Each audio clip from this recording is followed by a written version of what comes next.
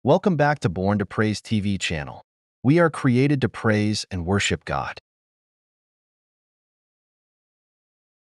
Na usanay na taste ug imuha nang nasinati mga igsoon natilawan ang pagkamaayo sa Ginoo mo nay gugma sa Dios mo nay pagkamaayo sa Ginoo mo nay grasya sa Ginoo mga igsoon mulang magpabilin ta diha sa punuan. Dingo si Jesus, remain in me and my word remain in you.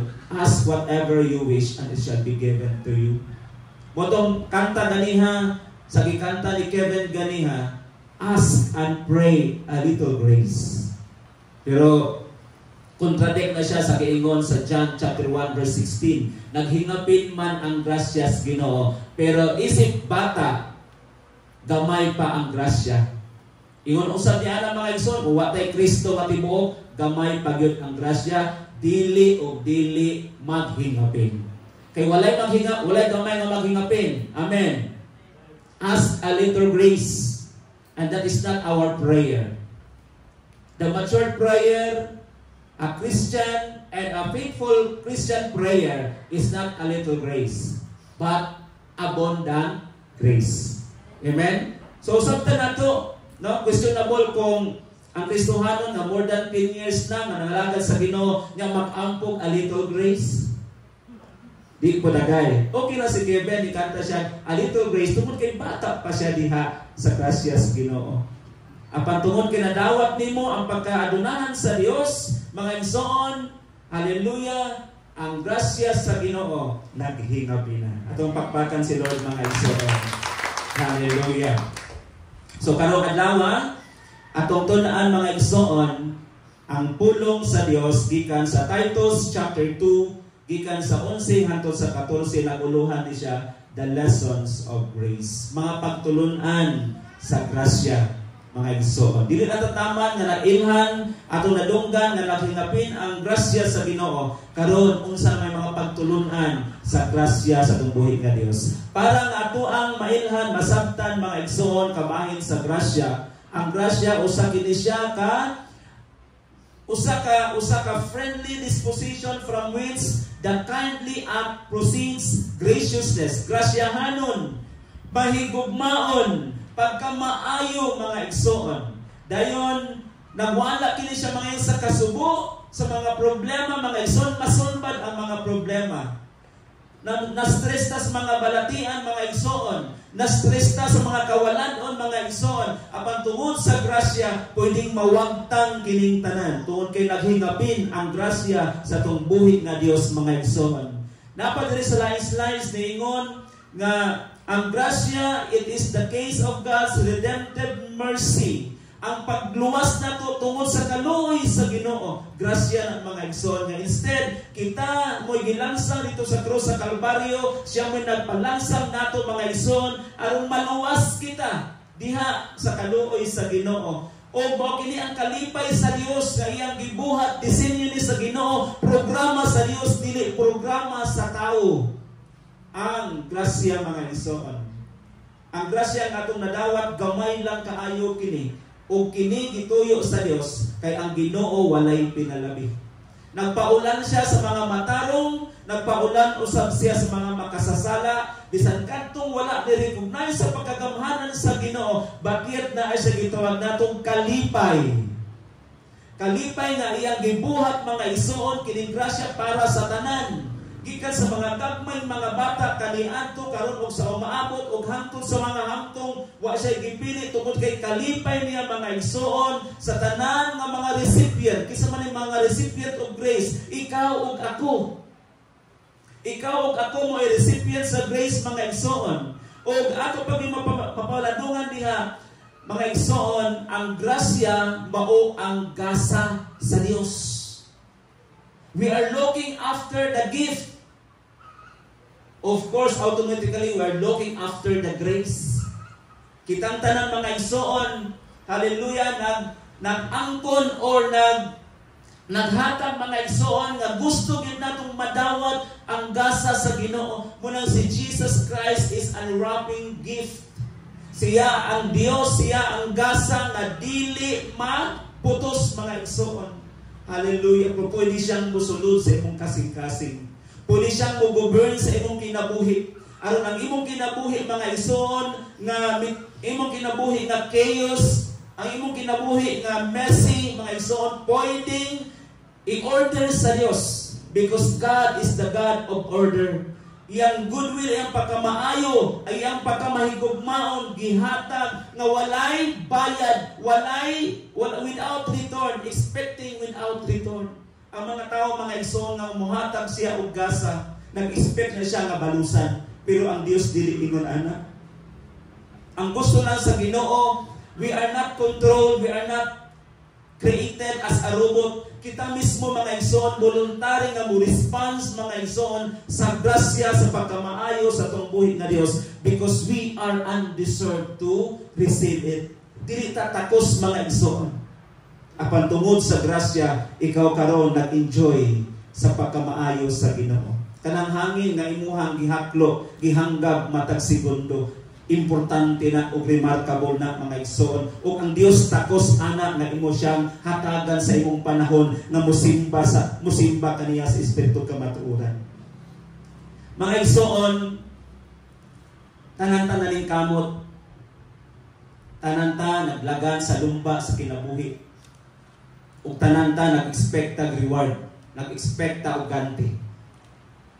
Kaya ang tanan mga atleta, mga igsoon, although na may dili man tanan makadiretso sa unahan, di man pud tanan magdungan og abot. Muna ningon ang Biblia, adunay nauna apan naulahi, apan adunay naulahi apan nauna. Nagpakita lang ang mga igsoon nga kita naglagan sa lumba nga dili ta magdungan og abot. Apan pwedeng dunganon ta og ganti, hatagan og ganti sa pag-abot sa atong buhi nga Dios. Gisbutan din mga igsoon sa Titus chapter 2 verse 17. We are waiting for the blessed hope.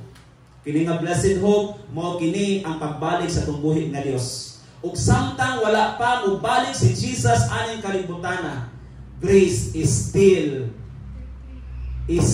available. Naapagihapon. Apan kung mubalik na si Kristo, gihulagway kini sa napulo kadalaga dito gihulagway ni Jesus Christ sa Matthew chapter 25, chapter 24. Nga moabot ang panahon nun, ug unya ang 5 kanila danghag, ang 5 kanila maalamon. I hope and I pray. We hope and we pray nga usata sa mga napulo kadalaga nga maalamon. Nga sa pagbalik ni Ginoong Hesus, kining atong lanas pagtuo, kining atong kasing-kasing nagdilaag sa grasya sa Dios, aron maabtan ta niya nga magtinud-anon, malipayon sa iyang pagbalik. Aron nga kitang tanan nga mga recipients sa grace, katong maabtan ni Jesus Christ nga matinud-anon. Muli sila ang genuine nga recipients sa grasya. Mga igsoon, ang akong mga panghinaot, nga kanang imong tapad, imuhang tapad sa imong likod, sa imong luyo, sa imong tapad, usa na siya sa gipadalanginan o mahimong recipient sa grasya sa Ginoo. Then nag-enjoy ta. Hallelujah. Wa ta nagdali nga mobalik si Lord. Balik na Lord, maranatha, balik na Lord, kaya di na ko kagwanta sa penitence of this world. No, di na ko kagwanta. Wala ta naggandoy ingon ana ang atong gi-enjoy nga ang presensya sa Ginoo while waiting for the blessed hope. Palakpakan nato si Lord mga igsoon. Dili kanunay ang mga tawo na malipayon na nagpaabot sa paglaom mga igsoon natong gihuptan diha sa Biblia. Kita nanikamot mga igsoon o kini pagpaningkamot nato usahay suklian kun siya ni o kadaugan. Ug matud pa diri mga igsoon, matud pa sa pulong sa Ginoo nga ang imong kadaugan, ang imong mga accomplishment, ang atong mga accomplishment, dili ni siya mga igsoon takos nga kita mahimong perpekto or maayo atubangan sa atong buhi nga Dios. Dili garantiya di ay na kung sama natong mga accomplishment sa kinabuhi, dili garantiya nga kita maayo na atubangan sa Ginoo o takos na ta. Kay mao kini ang mga misinterpretation sa grasya. Tungod kay kung mao kini pasukaranan sa usa ka mga tao, sa mga tao mga igsoon nga tungod sa iyang mga achievements, tungod sa iyang mga successful na mga project na iyang nabuhat dinhi sa kalibutan mga igsoon, Mini siya na ang tao nga inila o unya dunay mahimo sa katilingban. Pero ang ending ana mga igsoon, kitang tanan sa kaulahian at the end. Kung dili pa mobalik si Jesus Christ nining kalibutan ang atong ending mga igsoon kung mga matay ta, menteryo gyapon tang tanan. Dito sa menteryo mga igsoon, doon na may gipreparar nga pansyon mga igsoon. Nitso, ang uban gilubong. May posisyon man sa kalibutan o wala. Ordinaryo man mga igsoon, ang dato o ang pobre managsama ra gilubong ditong dapita, gilubong dito sa yuta. Di na nato dito makita kung ikaw o ako doon na may achievement. Unsa man ang atong mga kawilihan mga igsoon, dili na nato na siya madala sa ato ang lugnanan. That means ang atong accomplishment dili garantisado nga makapaduol ta sa Ginoo. Ang atong nadunggan mga igsoon karong buntaga, doon na tayong lesson by receiving grace. Kaning pagkamaayo sa atong buhit nga Dios, dili usa kini siya kabutang na ato ang ma-earn o ang deserve ang Dios ani mga igsoon nga modawat. Then ang atong mga nadawat, ang atong mga naposes mga igsoon, kanang tanan lumalabay lang na. And then ang atong expression nga kanunay ta nagpasalamat sa Ginoo.